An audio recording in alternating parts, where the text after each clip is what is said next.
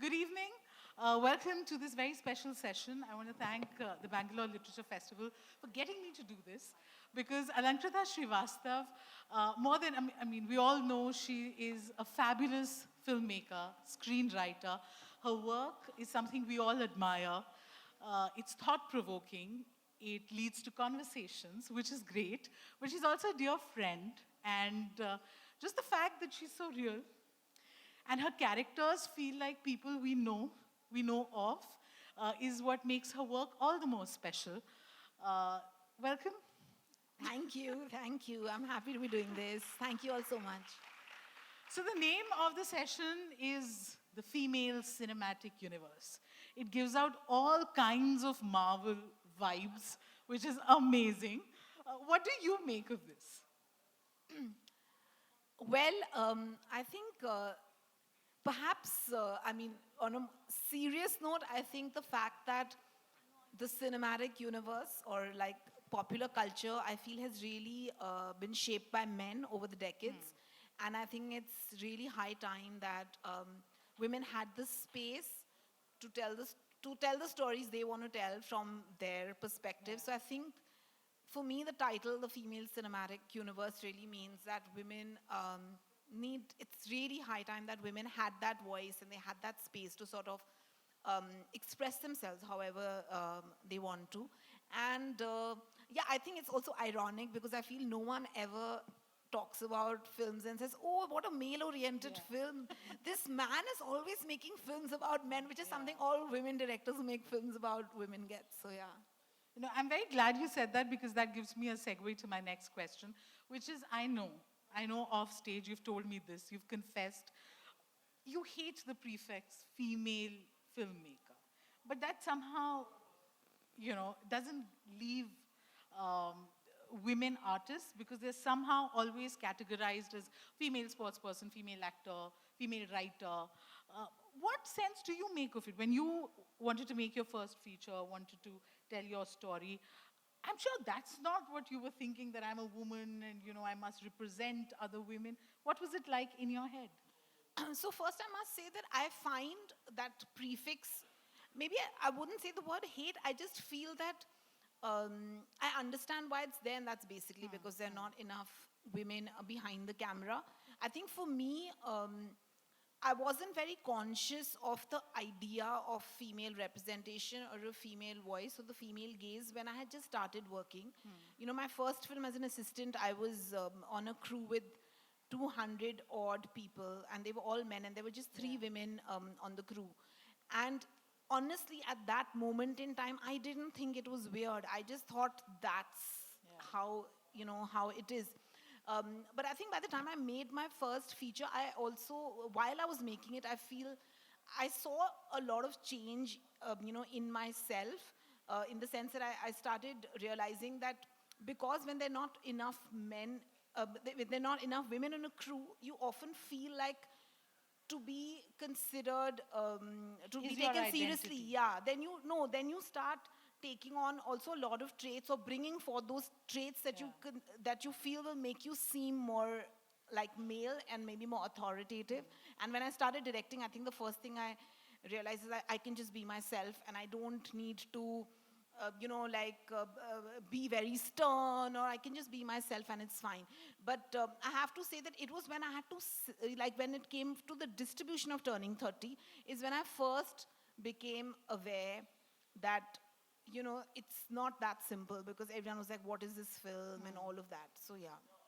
You know, um, what you say makes complete sense, and I know a lot of people here would agree that as just consumers of this art, of say a film or a show or a story that's written by a woman, you see the difference. Sometimes it's very difficult to quantify, but this whole point about having a female gaze, which is not just about representing women, but also how you do that, what kind of agency you give them, because, and I'm going to open it up to the audience later, and I'm sure you have questions about this, the fact that women are almost dispensable in mainstream Bollywood films. It's almost a male cinematic universe where, you need to have a lipstick under my burqa, or a story that's written by a woman to suddenly make people sit up and realize that there are other characters who need to have agency.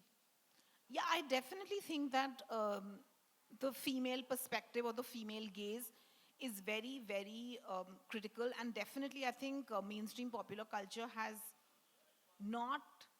I mean, honestly, because there were hardly any women writers, there were hardly any women filmmakers. So obviously, what you saw on screen was a very like, I think, roles of women where they were basically serving the patriarchy, you know. Yeah. So either they were like virginal loves, like she's so beautiful and so virginal and so pure, or she's like the wicked witch, like the vampish kind of character, or she's the martyr mother. So you know, like a lot of roles, but every role is actually serving the idea of what patriarchy feels like Yeah. women should sort of be. So I think that is something that, and also like the concept of like, say, the item number. You know, like I think all these things are very, like, became very normalized because there were not enough women that we saw represented in a real way, and also women not having agency and not having space.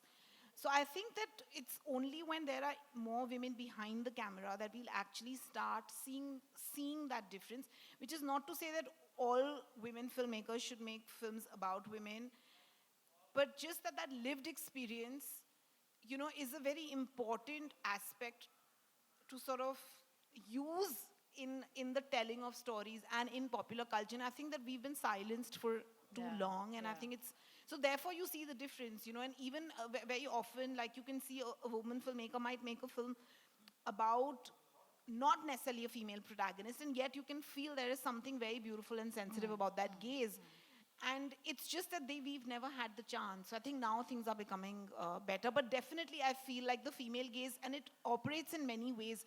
How much space do you give to your female character? How are you looking at, how does the camera look at the woman? You know, are you just like, are you just showing body parts like randomly without any How thought? the camera pans and Yeah, are you giving space for, like, to see how she's feeling in any Yeah, scene, even if the scene is not about her? Or are you just using her in a wide shot and not really doing her closes? And you know, so a lot of things like that. Is she speaking? How are you, like?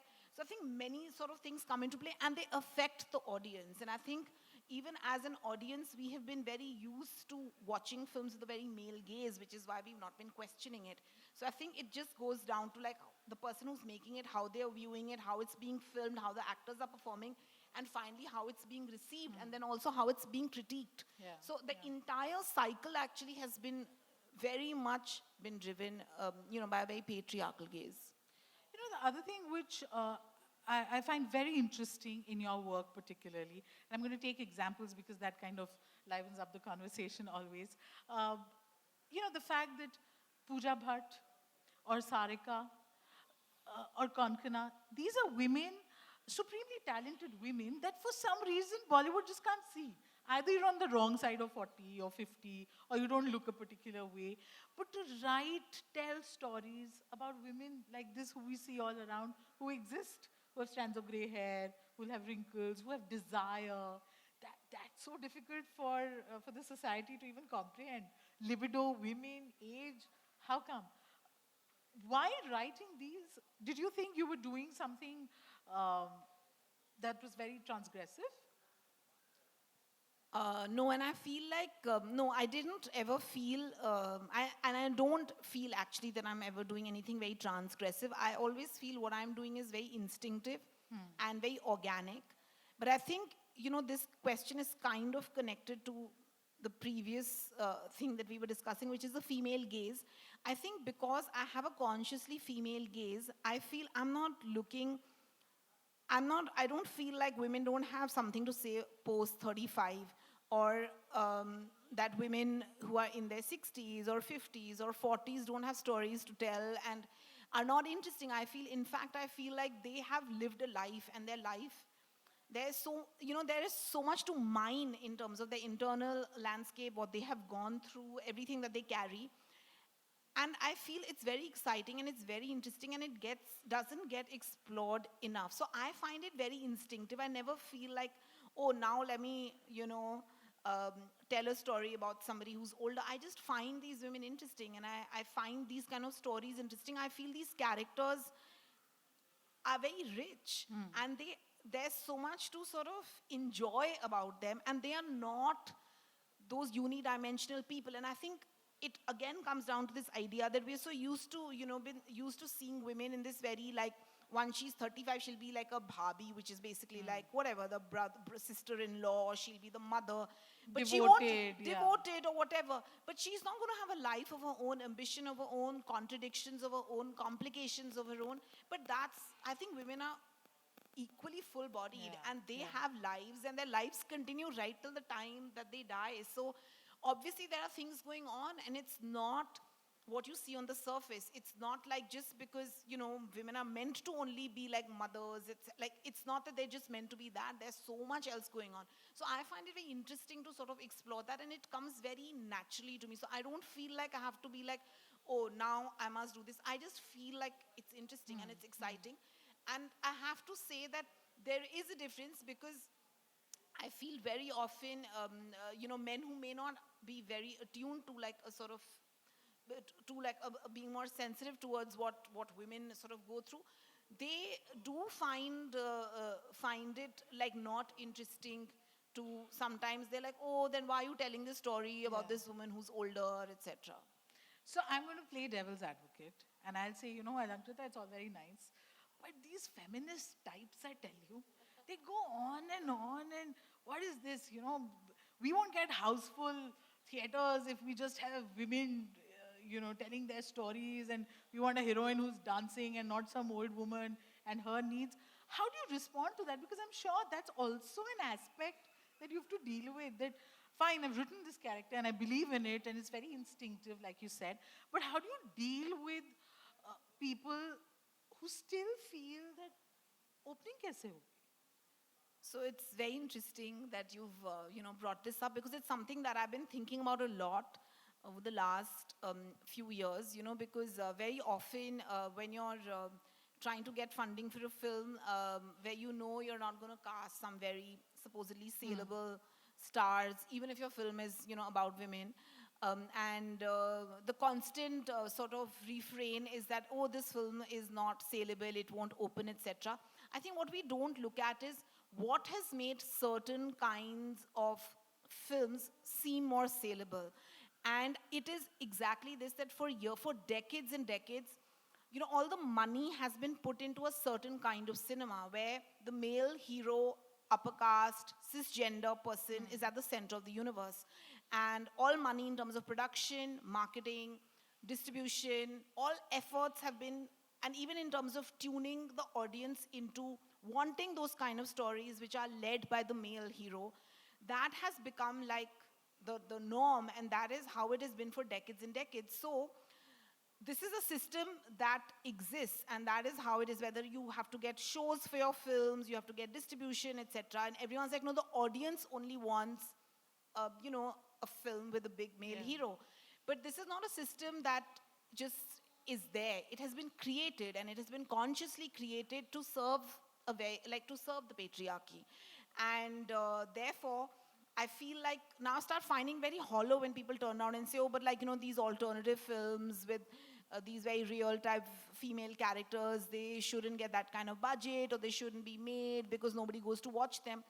But the thing is, I think we now at a stage, we really need to start questioning, what is this system? Who has created this system? Who is the system serving? And for how long will the audience also continue to feed into this system? So I just feel like it's like a cycle. It's not that it's inherently like that. It has been created with institutions, with money, with men who've been in charge. So I think that it's very important for us to sort of challenge the status quo and question this entire system. So now I started getting like, I just can't take it like, oh yeah, it's true. I've always started saying, but no, let's go back to into time, into history, to see how is this situation where you're like, oh, this film is not worth so much money. This film should not, with this actress, you're not going to get this kind of budget for distribution or for actual production. So, I'm glad you've taken this on, but the fact is that the more we want things to change, they don't. And now you have another kind of divide, which is, oh, great, tell your stories. I'm sure there's an audience for this, niche as it might be, the streaming pay. Let it be on streaming. The big screens should still be for, the KGFs and the RRRs and this hyper masculine man that everyone wants to celebrate. And the women nuanced stories can go for streaming. Is that something that worries you? It really does because, I feel that women can't be excluded, and not just women. I feel like films which maybe have a more skew towards an LGBTQI perspective, or any alternative perspective, they can't be restricted to private viewing. And I think it bothers me because I feel everybody has an equal right to community viewing, to a public space, to public exhibition of films. And it's very, very restrictive to say that now, because of the economics, which is very conveniently always blaming the economics, because of economics, now these kind of films should, go directly to streaming. I think it's very, very unfair. It's like saying boys should go to school and girls should be homeschooled. Why should you go and participate in the street, in the community? But I think it's very important. I feel like the cinema hall must show films, all kinds of films. The cinema hall cannot be a place that is so driven by this economics, which has also been created by patriarchy, to be like, now those kind of films, they're not going to there's no point running them here. So I feel like it's a fight for public space. It's a fight for the voices, all kinds, for a diversity in voices. And it's not just about women, like it's Dalit voices, it's LGBTQI voices, it's all kinds of voices that are not represented, because we can't have like a popular culture that is basically largely telling, one kind of story. And that's a very interesting example you took, that boys can go to school and girls need to be homeschooled. But where does that change actually begin? We're constantly talking about this one big pot-bellied producer in Bombay saying, nahi chalegi. Or is it all of us? We all are responsible somewhere. We've internalized this, that, big screen. Every time, even as critics, we say, oh, you must go watch it on the big screen because this has CGI and special effects. And these are invariably stories about, male superheroes or larger-than-life male characters. You're celebrating that masculine energy on the big screen. And we also say that you must go watch it on the big screen. How do you think that change is going to actually pan out? I think change has to come at all levels. But I have to say that it has to be systemic as well, because I feel like, because making a film is expensive. It's not cheap. So it's not like making a painting which you really have to just do yourself.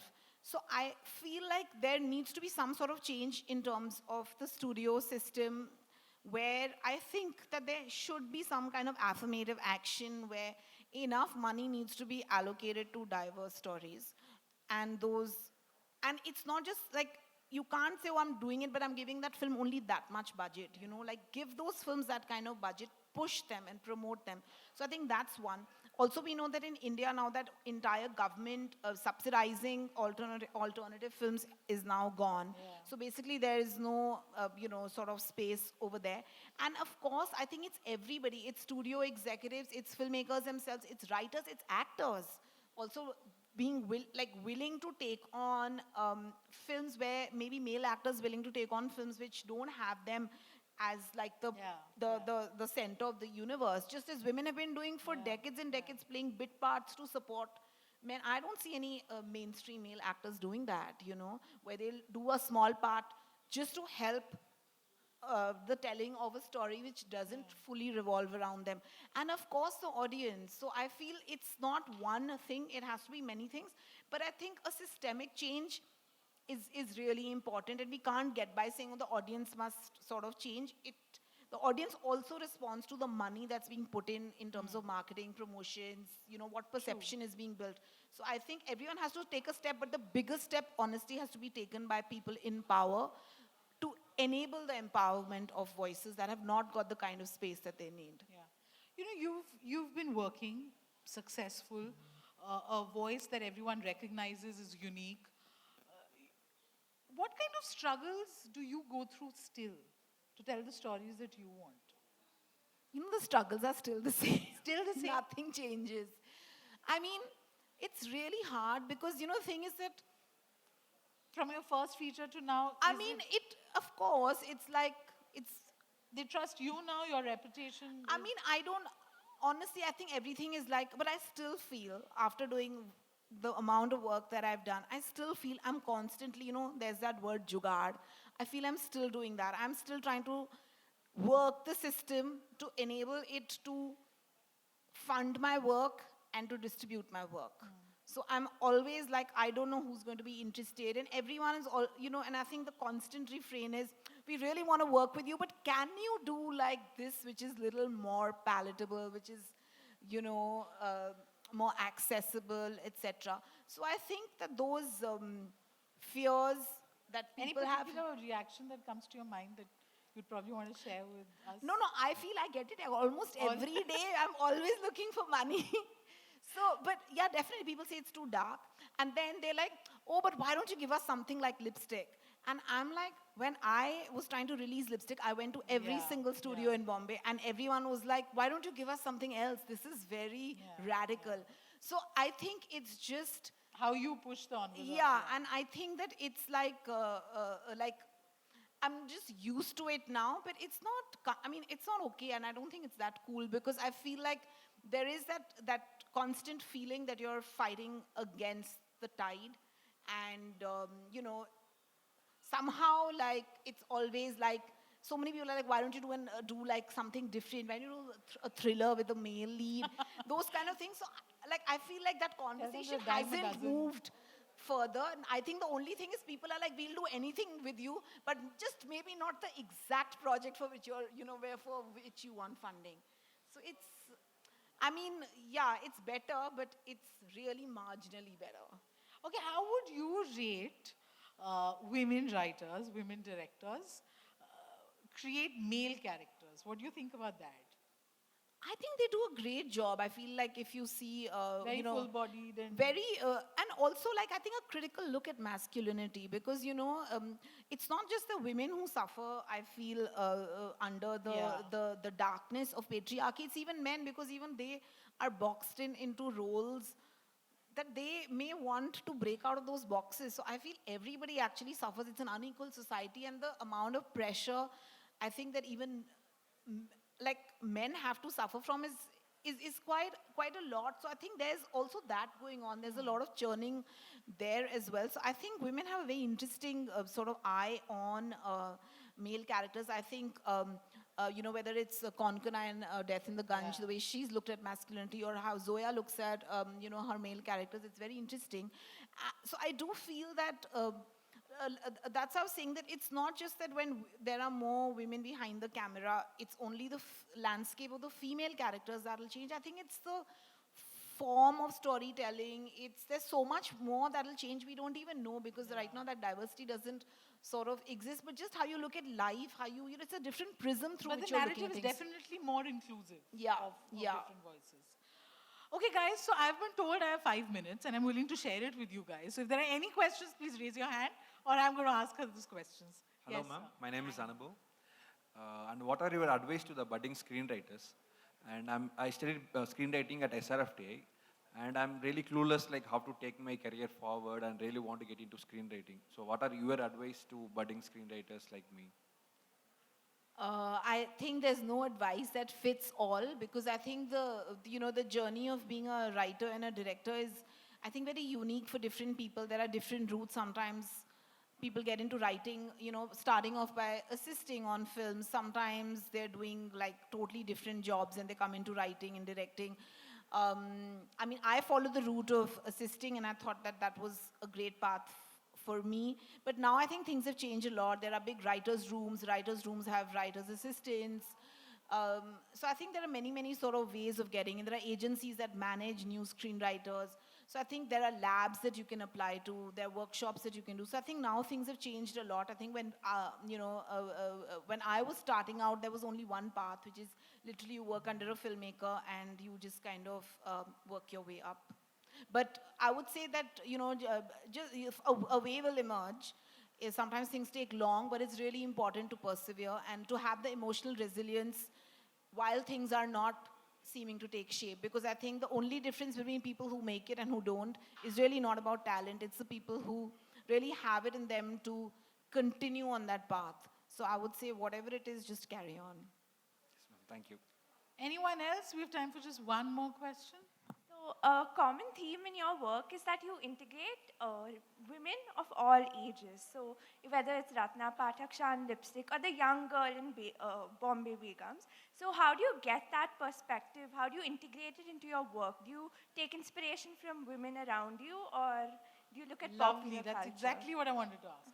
Talk to us about the Ratna Pathak Shah character, or Dolly's mother later. I mean, these are just very interesting. Yeah. Characters. So I have to say that often when I'm doing, I really like doing films that are multi-narrative, because sometimes I feel our stories reflect off each other as women, and I really believe in the idea of the female collective, but not in a conventional girl gang kind of way, but I feel we end up influencing each other's lives and reflecting on each other's journeys. And I do feel that for me it's always very interesting to see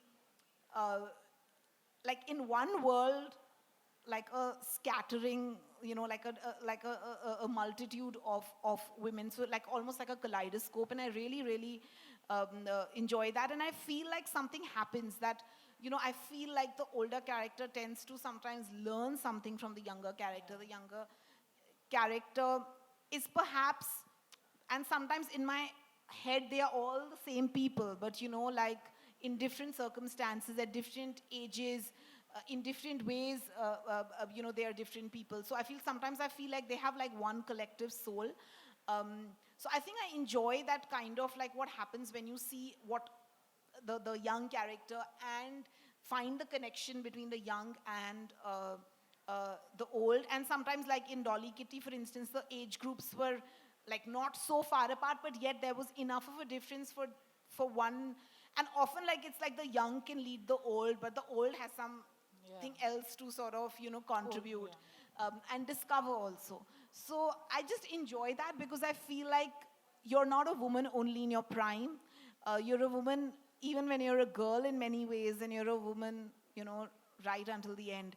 And I like the idea of not sticking to protagonists who are just conventionally in that age-safe space, because I find that very boring. At that time, you don't know enough, you don't know enough about life anyway. So I find it interesting to have older characters or even younger characters who are looking at life differently, because I think that gives all characters perspective. And like I said, I really enjoy older characters. I just feel there's a wisdom, there is a fight that has been fought. There have been a lot of losses, a lot of defeats. And I think all of us, say, I feel like who I am is a journey from what my great-grandmother was, what my grandmother was, what my mother is, and it's not that in every way I'm more evolved than my grandmother. Maybe in some ways... It's a struggle. It's a struggle. In some ways, there are some things that, maybe... But it is a journey, and also I feel like it adds to, like, that idea that, we are who we are as Because women, of the our- rights that we enjoy, the privileges that we enjoy, because of the many, many fights that have been fought by generations of women. For us, to us to be sitting here and having this conversation means 4 generations of women have fought so that we could be here at this moment in time, So I think for me, that idea of that collective, which is a collective of ages also, not just 4 women in exactly the same age group. I think I find that interesting, and I feel like there's some meaning that I sort of derive from that combination. What a powerful note to end this on. But thank you so much. You've been a wonderful audience. And the one takeaway from this session is that we need our narratives to be more inclusive. And she, as a writer, filmmaker, is doing that. As film critics, we nudge you towards those, but it's at the end of the day the audiences who need to choose those stories, those shows, see and let that conversation flow. Thank you. Thank you. Thank you.